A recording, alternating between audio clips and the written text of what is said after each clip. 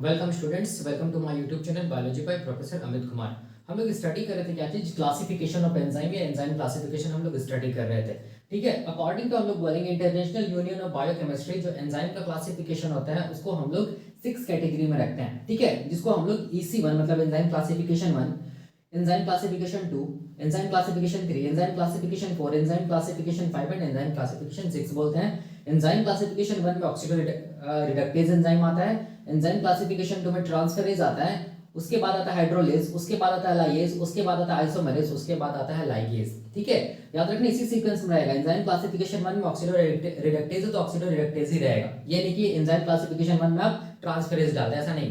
ठीक है, तो ये हम लोग बोलेंगे टोटल 6 हम लोग बोलेंगे क्या होता है एंजाइम का क्लासिफिकेशन होता है 1 2 3 4 5 6, याद रखना है। लेकिन अभी रिसेंटली क्या हुआ हम लोग बोलेंगे और एक मतलब कैटेगरी ऐड हुआ है एंजाइम क्लासिफिकेशन में, जिसको हम लोग बोलते हैं EC7 मतलब एंजाइम क्लासिफिकेशन 7, जिसको बोलते हैं ट्रांसलोकेज। ठीक है, तो प्रीवियस लेक्चर में हम लोगों ने ऑक्सीडो रिडक्टेज या एंजाइम क्लासिफिकेशन 1 के बारे में डिटेल में देख लिया था। ठीक है, अभी हम लोग क्या देखेंगे, अभी हम लोग देखेंगे ट्रांसफरेज के बारे में, या हम लोग बोलेंगे एंजाइम क्लासिफिकेशन 2 के बारे में देखेंगे। ठीक है, तो चलिए स्टार्ट करते हैं। देखो ध्यान से, बहुत आसान है। देखो ये जो ट्रांसफरेज जो एंजाइम है ना, ठीक है, वो बिलोंग करता है एंजाइम क्लासिफिकेशन 2 से, और नाम से ही लग रहा है ट्रांसफरेज, याद रखना वैसा एंजाइम होगा जो क्या करेगा, कोई भी ग्रुप को ट्रांसफर करेगा from one molecule to the another molecule, except हम लोग बोलेंगे हाइड्रोजन। कोई सा भी मॉलिक्यूल, कोई सा भी ग्रुप को ट्रांसफर करे ट्रांसफरेज, ठीक है, लेकिन कभी भी याद रखना हाइड्रोजन को ट्रांसफर नहीं करेगा, क्योंकि अगर हाइड्रोजन को अगर ट्रांसफर करने लगा तो हम लोग बोलेंगे किस में आ जाएगा, ऑक्सीडेशन रिडक्शन रिएक्शन में आ जाएगा, इसीलिए। ठीक है,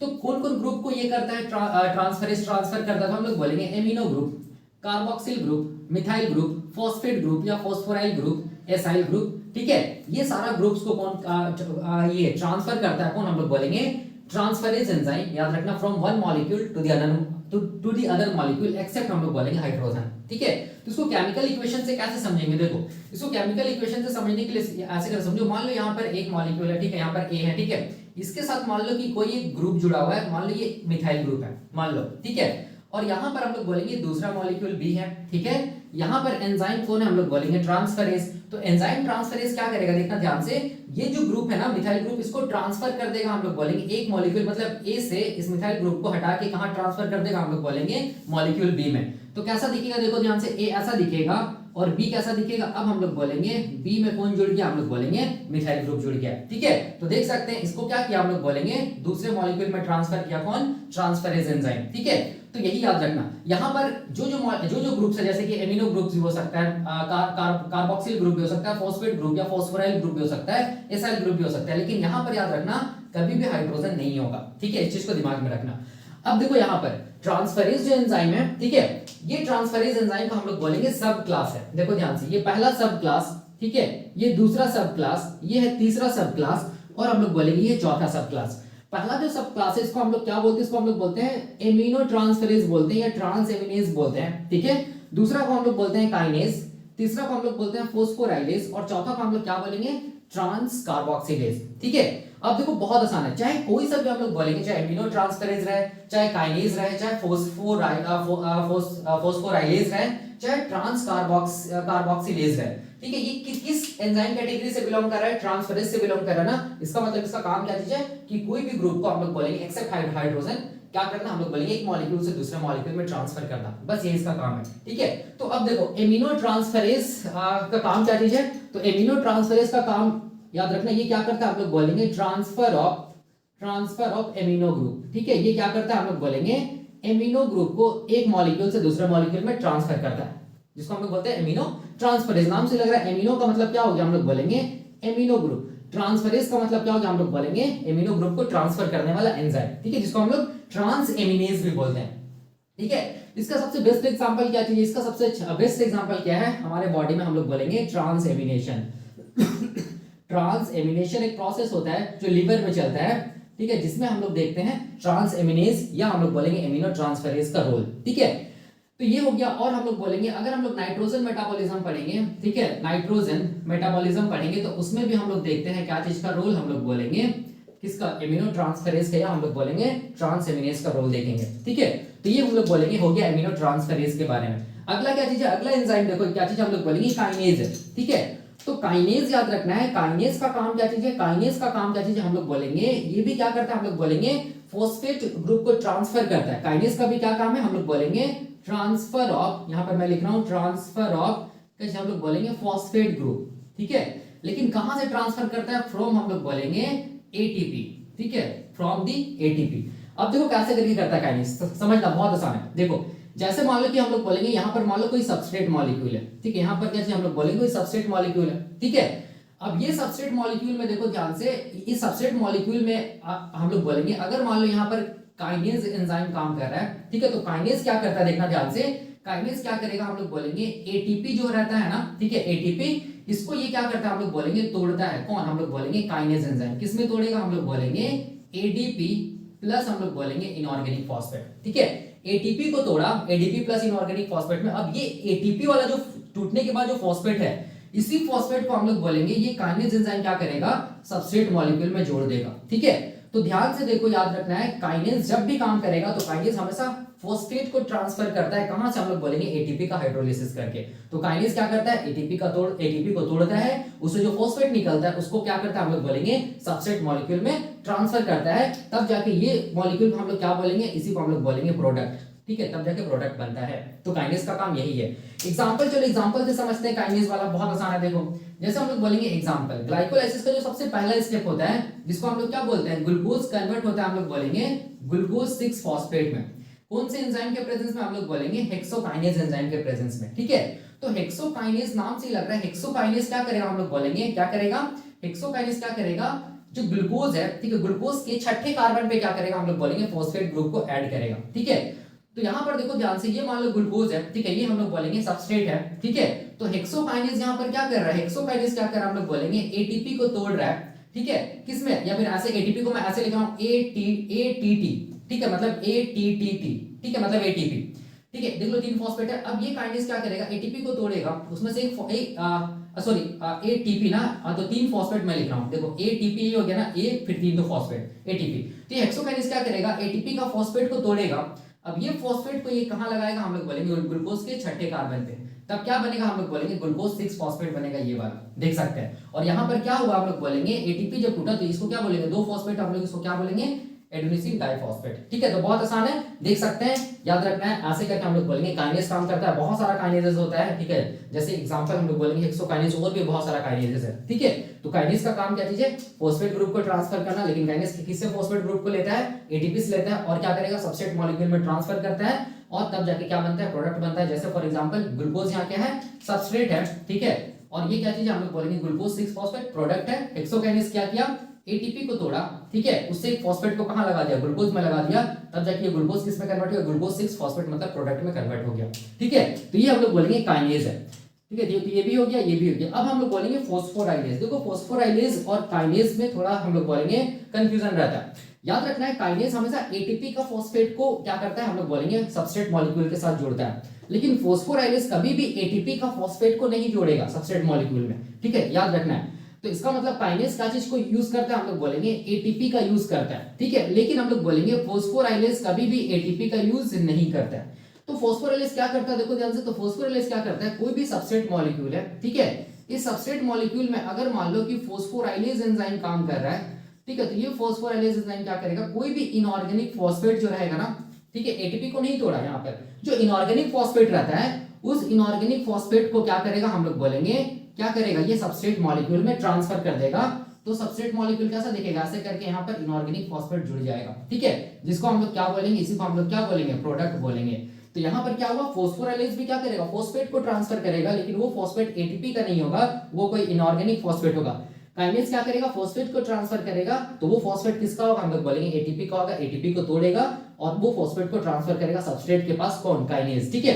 तो फॉस्फोराइलेज के एग्जांपल हम लोग कहां देखेंगे, तो बहुत सारे एग्जांपल है। फॉर एग्जांपल हम लोग बोलेंगे ग्लाइकोजेनोलाइसिस, ठीक है, ग्लाइकोजेनोलाइसिस। अगर आप ग्लाइकोजेनोलाइसिस पढ़िएगा तो ग्लाइकोजेनोलाइसिस का जो सबसे पहला स्टेप होता है ना, ठीक है, जब ग्लाइकोजन कन्वर्ट होता है किसमें, हम लोग बोलेंगे किसमें, ग्लूकोज 1 फॉस्फेट में, ठीक है। जब ग्लाइकोजन कन्वर्ट होता है ग्लूकोज 1 फॉस्फेट में, तब जो एंजाइम काम करता है उसको हम लोग बोलते हैं ग्लाइकोजन क्या चीज, फोस्फोराइलेज। ठीक है, ये एग्जांपल है। अब देखना, अब ग्लाइकोजेनोलाइसिस का पहला स्टेप पढ़ना, आपको समझ में आ जाएगा।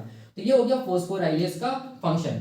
अब हम लोग बोलेंगे ट्रांस कार्बोक्सिलेज। ठीक है, ट्रांस कार्बोक्सिलेज का मतलब मतलब क्या हो गया, ये क्या करेगा, हम लोग बोलेंगे ट्रांसफर ऑफ क्या चीज, हम लोग बोलेंगे CO2 ग्रुप।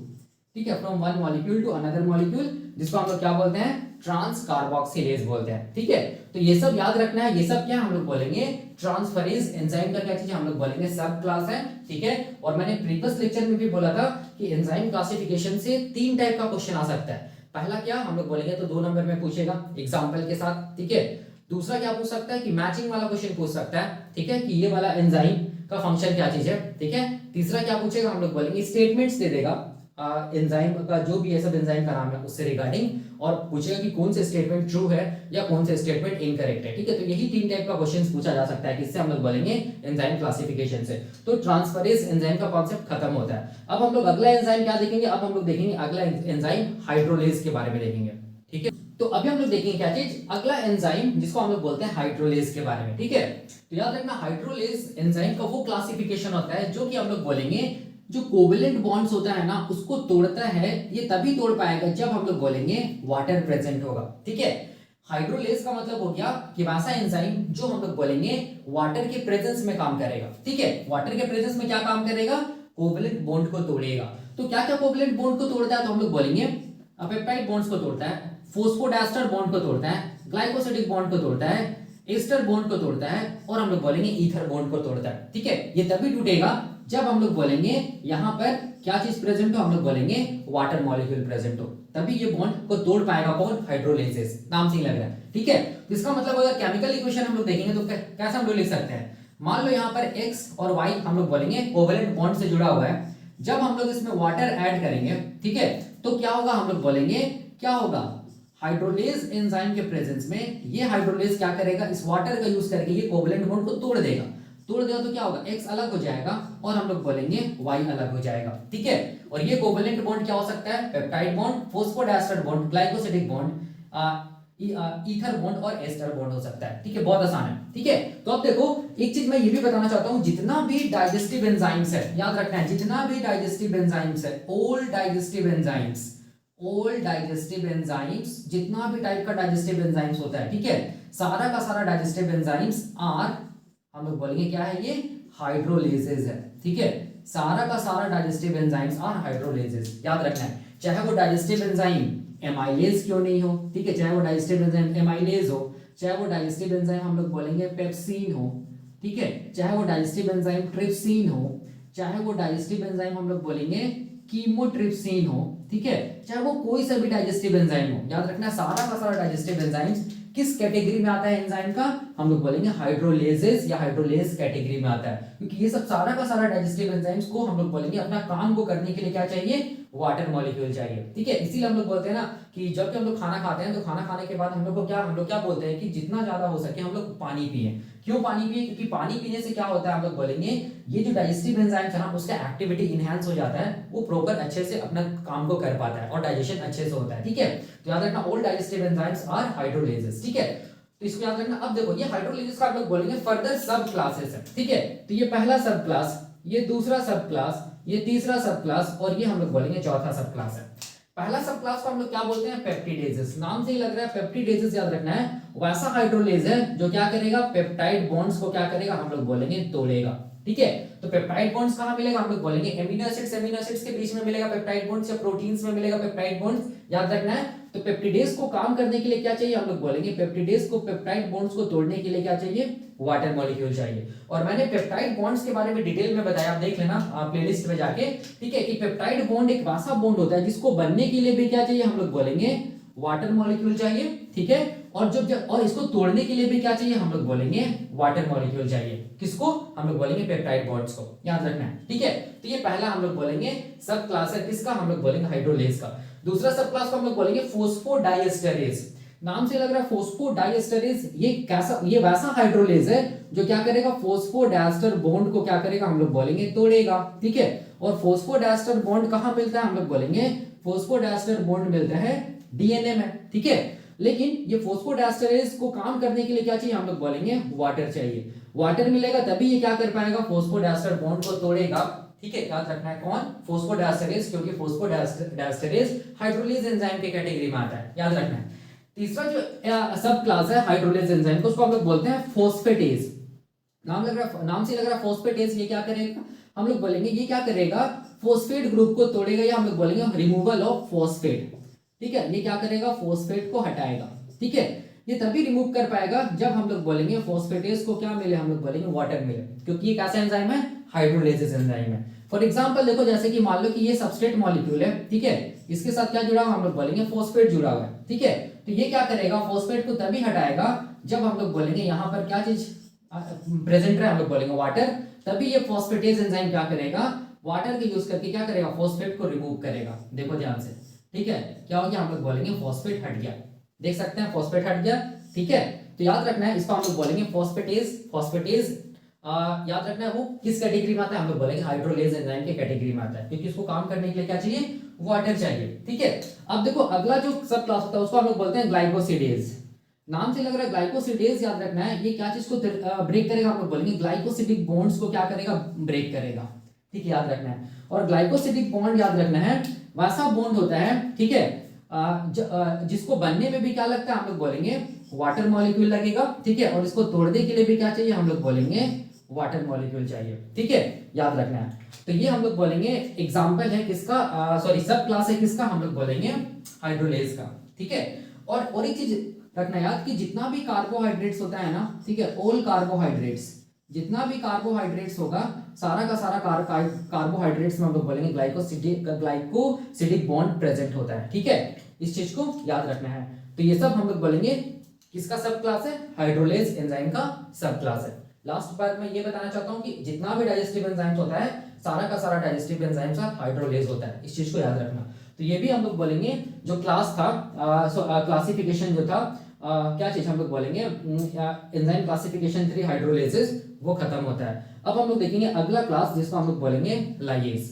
ठीक है, तो अभी हम लोग क्या देखेंगे, अभी हम लोग देखेंगे अगला एंजाइम, और ये एंजाइम का नाम क्या हम लोग बोलेंगे लाइएज है। ठीक है, तो लाइएज के बारे में रखना याद, देखो क्या चीज है, बहुत आसान है, याद रखना है। इससे पहले हाइड्रोलेज एंजाइम क्या था, हम लोग बोलेंगे कोवलेंट बॉन्ड को तोड़ रहा था, कौन, हाइड्रोलेज एंजाइम, लेकिन उसको तोड़ने के लिए क्या चाहिए था, वाटर चाहिए था। ठीक है, और उससे पहले हम लोग क्या देखे थे, ऑक्सीडेशन रिडक्शन, जो ऑक्सीडो रिडक्टेज एंजाइम क्या कर रहा था, हम लोग बोलेंगे वो ऑक्सीडेशन रिडक्शन को करवा रहा था। ठीक है, लेकिन लाइएज याद रखना है वैसा एंजाइम होता है जो क्या करता है, कोवलेंट बॉन्ड को तोड़ता है। ठीक है, या केमिकल बॉन्ड को तोड़ता है, लेकिन हम लोग बोलेंगे इसको तोड़ने के लिए, कोवलेंट बॉन्ड को तोड़ने के लिए लाइएज को वाटर का रिक्वायरमेंट नहीं होगा। ठीक है, और ना ही ये ऑक्सीडेशन रिडक्शन स्टेप को करवाता है। ठीक है, इसका मतलब मैंने क्या बोला कि लाइएज भी क्या करेगा, कोवलेंट बॉन्ड को तोड़ेगा, लेकिन तोड़ने के लिए ना ही इसको वाटर चाहिए और ना ही कोई ऑक्सीडेशन होना चाहिए। ठीक है, तो वैसे एंजाइम को हम लोग क्या बोलेंगे, लाइएज। और लाइएज क्या करता है, कभी कभी हम लोग बोलेंगे लाइएज क्या करता है, दो मॉलिक्यूल को लिंक भी करता है। ठीक है,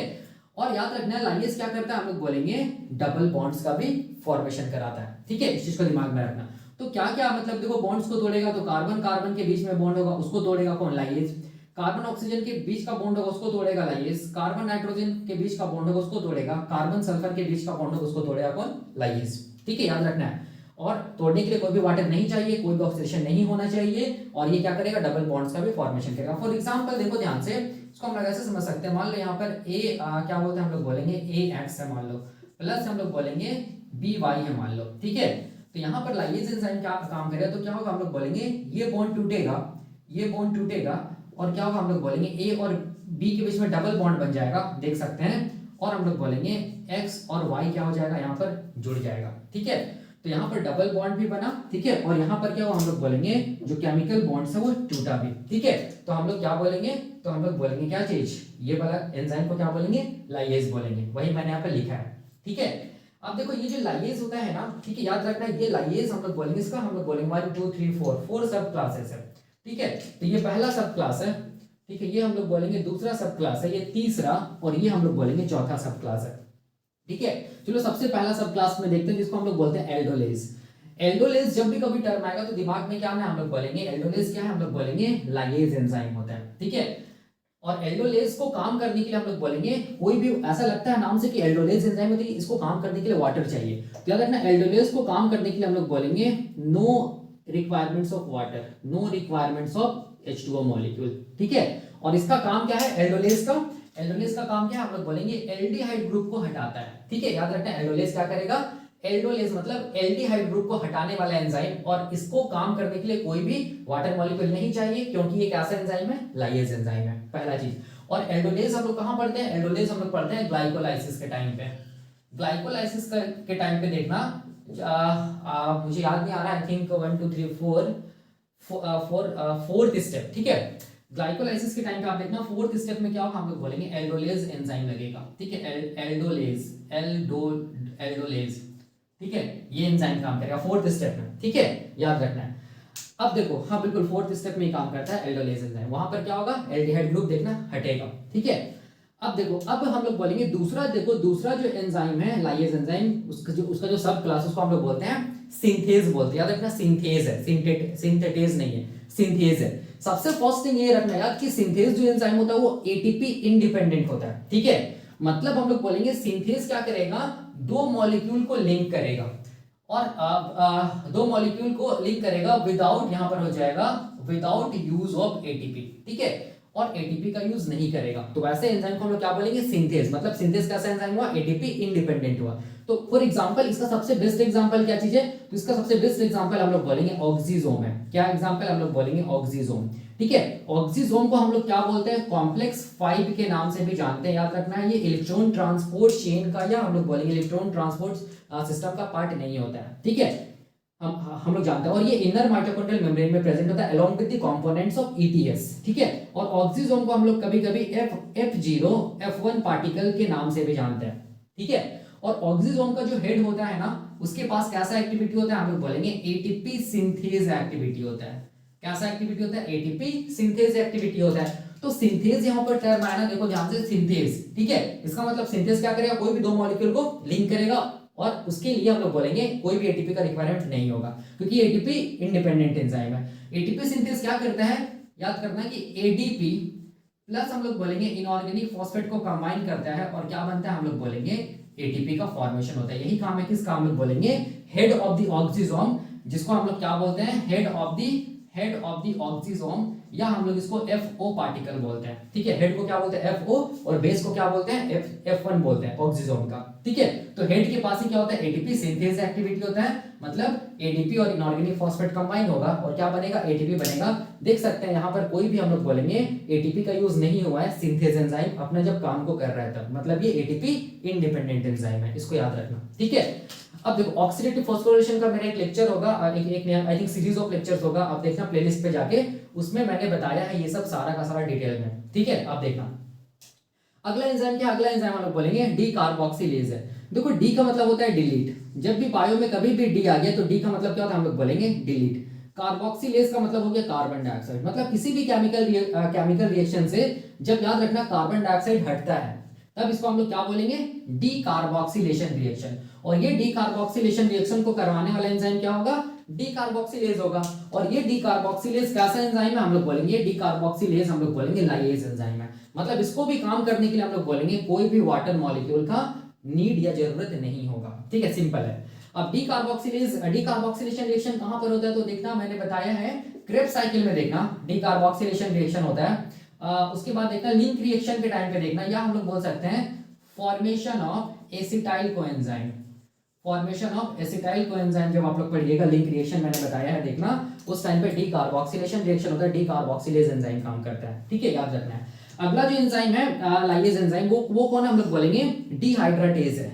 नाम से लग रहा है डिहाइड्रेटेज, डी का मतलब क्या होगा, हम लोग बोलेंगे डिलीट। बायो में डी का मतलब होता है डिलीट, हाइड्रेटेज का मतलब हो गया वाटर, ठीक है। तो यहां पर क्या होगा, हम लोग बोलेंगे क्या होगा, वाटर क्या होगा, हम लोग बोलेंगे हटेगा या रिमूवल ऑफ वाटर होगा। कोई भी केमिकल रिएक्शन से अगर वाटर हटता है तो उसको हम लोग क्या बोलते हैं, उसको हम लोग बोलते हैं क्या चीज, ये डिहाइड्रेशन रिएक्शन बोलते हैं, और उस एंजाइम को हम लोग क्या बोलते हैं, डिहाइड्रेटेज बोलते हैं, ठीक है, याद रखना है। तो ये किसका कैटेगरी, हम लोग बोलेंगे लाइएज का। और डिहाइड्रेटेज को, वाटर को हटाने के लिए कोई भी वाटर का रिक्वायरमेंट नहीं है, क्योंकि याद रखना लाइएज वैसा एंजाइम है जिसको काम करने के लिए वाटर नहीं चाहिए, ठीक है। लेकिन हाँ, हाइड्रोलेज वैसा एंजाइम है जिसको काम करने के लिए वाटर चाहिए, ठीक है। तो ये हम लोग बोलेंगे कॉन्सेप्ट है किसका, लाइगेज एंजाइम का कॉन्सेप्ट है। ठीक है, खत्म हो गया, हम लोग बोलेंगे लाइगेज एंजाइम। अगला एंजाइम कौन है, हम लोग बोलेंगे आइसोमरेज। तो अब हम लोग किसके बारे में देखेंगे, अब हम लोग देखेंगे आइसोमरेज के बारे में। ठीक है, तो अभी हम लोग क्या देखेंगे, अभी हम लोग देखेंगे किसके बारे में, आइसोमरेज एंजाइम के बारे में। ठीक है, जो कि हम लोग बोलेंगे एंजाइम क्लासिफिकेशन 5 के अंडर आता है। तो आइसोमरेज नाम से ही लग रहा है कि आइसोमरेज क्या चीज का फॉर्मेशन करेगा, हम लोग बोलेंगे आइसोमर का फॉर्मेशन करेगा। और आइसोमर का फॉर्मेशन होने के लिए क्या करेगा ये एंजाइम, हम लोग बोलेंगे इंट्रामॉलिक्यूलर रीअरेंजमेंट करेगा। मतलब जो भी मॉलिक्यूल है ना, उसी मॉलिक्यूल में क्या करेगा, कोई ग्रुप को क्या करेगा, दूसरे पोजीशन पे ट्रांसफर करेगा। तब जाके हम लोग क्या बोलेंगे, आइसोमर का फॉर्मेशन हुआ है। ठीक है, जिसको हम लोग बोलते हैं इंट्रामॉलिक्यूलर रीअरेंजमेंट बोलते हैं।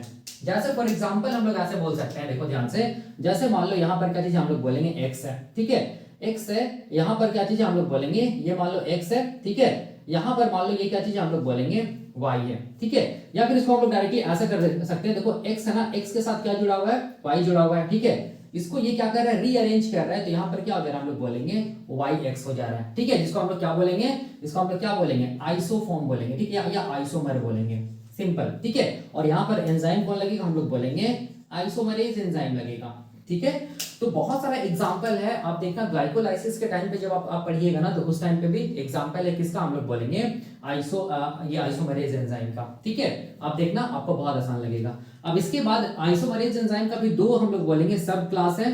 पहला क्या चीज है, म्यूटेज, दूसरा क्या चीज है, हम लोग बोलेंगे एपीमरेज। याद रखना, म्यूटेज जो है, ठीक है, ये भी हम लोग बोलेंगे आइसोमर का फॉर्मेशन करेगा। ये क्या करेगा, rearrange the functional group. Functional group को ही हम लोग बोलेंगे, वही मॉलिक्यूल में क्या करेगा, रीअरेंज करेगा। ठीक है, और इपीमरेज का काम क्या है, इन्वर्शन ऑफ एसिमेट्रिक कार्बन। ठीक है, ये काम है किसका, इपीमरेज का। याद रखना, म्यूटेज एंड इपीमरेज कैसा एंजाइम होता है, आइसोमरेज एंजाइम होता है। और आइसोमरेज वैसा एंजाइम होता है जो क्या करेगा, सेम मॉलिक्यूल में ही क्या करेगा, हम लोग बोलेंगे रीअरेंजमेंट करेगा। ठीक है, जिसको हम लोग बोलते हैं आइसोमर का फॉर्मेशन करेगा, तभी एंजाइम का नाम क्या है, आइसोमरेज है। ठीक है, तो इसको याद रखना है। ठीक है, अब देखो, अब हम इसका एग्जांपल कहां मिलेगा, ग्लाइकोलाइसिस के टाइम पे आइसोमरेज का एग्जांपल मिलेगा। इसका दो टाइप होता है, म्यूटेज एंड इपीमरेज, याद रखना है। ठीक है, अब इसके बाद हम लोग बोलेंगे अगला जो ये आता है क्लास आता है, जिसको हम लोग बोलेंगे एंजाइम क्लासिफिकेशन 6, जिसमें कौन आता है, लाइगेज आता है। ठीक है, लाइगेज जब भी बायो में टर्म आएगा, लाइगेज का मतलब होता है लाइगेशन। लाइगेज का मतलब क्या होता है, हम लोग बोलेंगे लाइगेशन। और लाइगेशन का मतलब क्या होता है, हम लोग बोलेंगे ज्वाइन करना, दो मॉलिक्यूल को क्या करना, जोड़ना। इसको हम लोग क्या बोलते हैं, लाइगेशन। और ये कौन करवाता है, हम लोग बोलेंगे लाइगेज एंजाइम कराता है, जिसके बारे में मैं यहाँ पर लिखा हूं, देखो ध्यान से। ठीक है, तो याद रखना, लाइगेज हम लोग बोलेंगे, सबसे फर्स्ट थिंग याद रखना कि लाइगेज क्या करेगा, दो मॉलिक्यूल को जोड़ेगा। ठीक है, ठीक है, लाइगेज क्या करेगा, दो मॉलिक्यूल को जोड़ेगा। लेकिन दो मॉलिक्यूल को जोड़ने के लिए लाइगेज को क्या चाहिए होगा, हम लोग बोलेंगे एटीपी चाहिए होगा।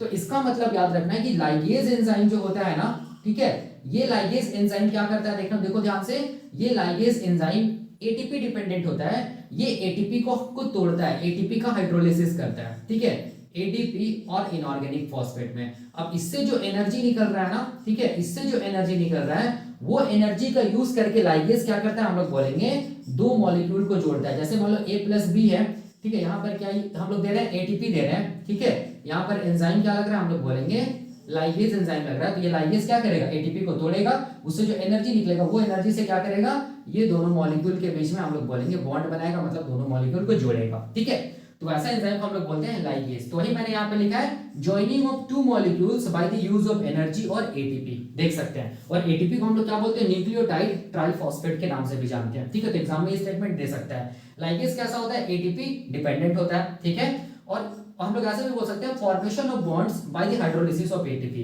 लाइगेज क्या कर रहा है, दो मॉलिक्यूल के बीच में बॉन्ड का फॉर्मेशन कर रहा है, कैसे करके, एटीपी का हाइड्रोलिसिस करके। एटीपी का हाइड्रोलिसिस कर रहा है, तो जो एनर्जी जो निकल रहा है, वही एनर्जी का यूज करके क्या कर रहा है, दो मॉलिक्यूल के बीच में बॉन्ड का फॉर्मेशन कर रहा है। ठीक है, तो ये एग्जांपल है लाइगेज का।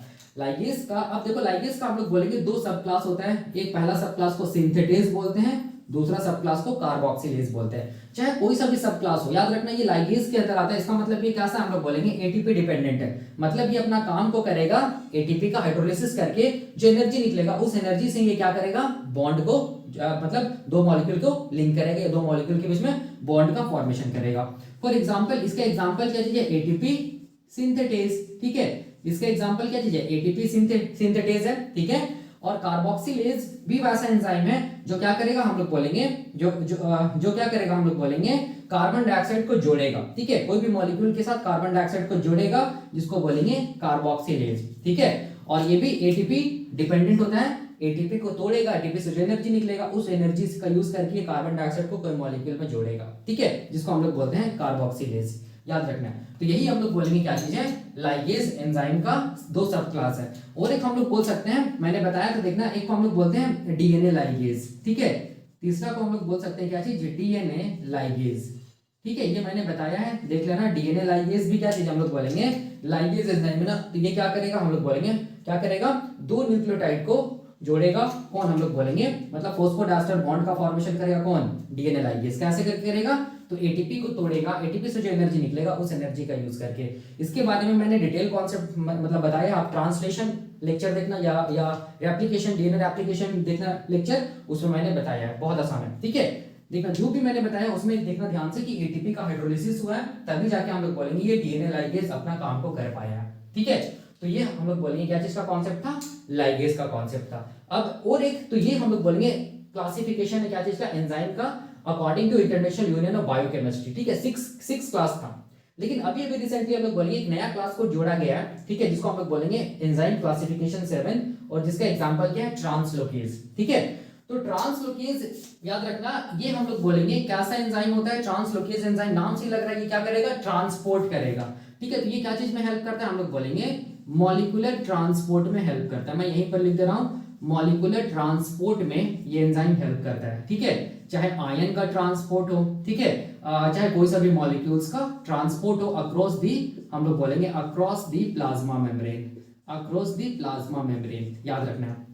ठीक है, तो उस एंजाइम को हम लोग क्या बोलेंगे, ट्रांसलोकेज बोलेंगे। ठीक है, याद रखना है। तो इसका मतलब ट्रांसलोकेज कहां मिलेगा, प्लाज्मा मेम्ब्रेन में मिलेगा। ठीक है, तो इसको कैसे करके समझे, देखो ध्यान से, इसको हम लोग ऐसे समझ सकते हैं, मान लो ये प्लाज्मा मेम्ब्रेन है, ऐसे करके। ठीक है, ये क्या चीज है, लिपिड बाइलेयर का प्लाज्मा मेम्ब्रेन, इस तरफ क्या है, साइटोसोल है, और बाहर का एक्सटीरियर पार्ट है। ठीक है, यहां पर देखो ध्यान से, यहां पर मान लो एक एंजाइम प्रेजेंट है, जिसको हम लोग क्या बोल रहे हैं, जिसको हम लोग बोल रहे हैं ट्रांसलोकेज। ये क्या चीज है, ट्रांसलोकेज है। ठीक है, तो ये ट्रांसलोकेज क्या करेगा, हम लोग बोलेंगे कोई भी आयन को या कोई भी मॉलिक्यूल को बाहर से अंदर ला सकता है, या हम लोग बोलेंगे कोई भी मॉलिक्यूल या आयन को अंदर से बाहर ले जा सकता है। ठीक है, तो वैसा एंजाइम या ट्रांसपोर्टर को ही हम लोग क्या बोलेंगे, ट्रांसलोकेज बोलेंगे, और ये मेम्ब्रेन में, बायो मेम्ब्रेन में प्रेजेंट होता है। ठीक है, याद रखना है। फॉर एग्जांपल, इसका कैसे एग्जांपल से समझे, तो इसका एग्जांपल क्या चीज है, इसके एग्जांपल मैं बताता हूं, एक pyruvic acid translocase, pyruvic acid translocase. ठीक है, ये पायरुविक एसिड ट्रांसलोकेज याद रखना, वैसा ट्रांसपोर्टर होता है जो क्या करता है, हम लोग बोलेंगे, मैं इसको मिटा रहा हूं, जो क्या करता है, देखो ध्यान से, ये मान लो सेल का साइटोप्लाज्म है। ठीक है, क्या चीज है, मैं बता रहा हूं, ये सेल का साइटोप्लाज्म है, और सेल के साइटोप्लाज्म में क्या हो रहा है, ग्लाइकोलाइसिस हो रहा है, एक मॉलिक्यूल ऑफ ग्लूकोज टूट रहा है, देखो ध्यान से, दो मॉलिक्यूल्स ऑफ पायरुविक एसिड में। ठीक है, सेल के साइटोप्लाज्म में ये होता है। अब देखो ध्यान से, ये पायरुविक एसिड ऑक्सीजन के प्रेजेंस में ये कहां इंटर कर जाएगा, हम लोग बोलेंगे ये ऑक्सीजन के प्रेजेंस में इंटर कर जाएगा कहां, माइटोकॉन्ड्रिया के मैट्रिक्स में। तो ये मान लो माइटोकॉन्ड्रिया मैं बना रहा हूं, ये माइटोकॉन्ड्रिया का आउटर मेम्ब्रेन है, आउटर माइटोकॉन्ड्रियल मेम्ब्रेन, ये इनर माइटोकॉन्ड्रियल मेम्ब्रेन है, बीच वाला स्पेस को बोलेंगे इंटर माइटोकॉन्ड्रियल स्पेस बोलेंगे। ठीक है, तो ये pyruvic acid in the presence of oxygen कहां इंटर कर जाता है, मैट्रिक्स ऑफ द माइटोकॉन्ड्रिया में। ये वाला पार्ट क्या चीज है, मैट्रिक्स है किसका, माइटोकॉन्ड्रिया का। ये पायरुविक एसिड इंटर कर गया था मैट्रिक्स ऑफ द माइटोकॉन्ड्रिया में। तो कैसे करके इंटर करेगा, तो हम लोग बोलेंगे प्लाज्मा मेम्ब्रेन को क्रॉस करके। तो देखो ध्यान से, यहां पर माइटोकॉन्ड्रिया का आउटर मेम्ब्रेन और माइटोकॉन्ड्रिया का इनर मेम्ब्रेन मिलकर हम लोग बोलेंगे क्या चीज का फॉर्मेशन करता है, हम लोग बोलेंगे ट्रांसपोर्टर का फॉर्मेशन करता है, ट्रांसपोर्टर का फॉर्मेशन करता है। और इसी ट्रांसपोर्टर को हम लोग बोलते हैं पायरुविक एसिड ट्रांसलोकेज। क्या बोलते हैं, पायरुविक एसिड ट्रांसलोकेज, मतलब वैसा ट्रांसपोर्टर जो पायरुविक एसिड को साइटोप्लाज्म से कहां लाएगा, मैट्रिक्स ऑफ द माइटोकॉन्ड्रिया में लाएगा। तो आप देख सकते हैं ये ट्रांसलोकेज एंजाइम कहां मिलेगा, सेल के प्लाज्मा मेम्ब्रेन में मिलेगा, इसको याद रखना है। ठीक है, तो यही हम लोग बोलेंगे क्या था, इंटायर क्लासिफिकेशन था किसका, हम लोग बोलेंगे एंजाइम का। तो ये खत्म होता है। ठीक है, तो अगले लेक्चर में, तो हाँ वो एक चीज में देखो, यहाँ पर हम लोगों ने अभी तक क्या देख लिया, एंजाइम के बारे में देख लिया है, इंपॉर्टेंट प्रॉपर्टीज के बारे में देख लिया है, और आज हम लोगों ने क्या खत्म किया, क्लासिफिकेशन ऑफ एंजाइम या एंजाइम क्लासिफिकेशन हम लोग खत्म कर लिए। अब हम लोग क्या देखेंगे, अब हम लोग देखेंगे एंजाइम काइनेटिक्स के बारे में देखेंगे। ठीक है, जो कि बहुत आसान है, ये हम लोग देखेंगे अगले लेक्चर में। अभी के लिए हम लोग यहीं तक रखते हैं। Thank you so much.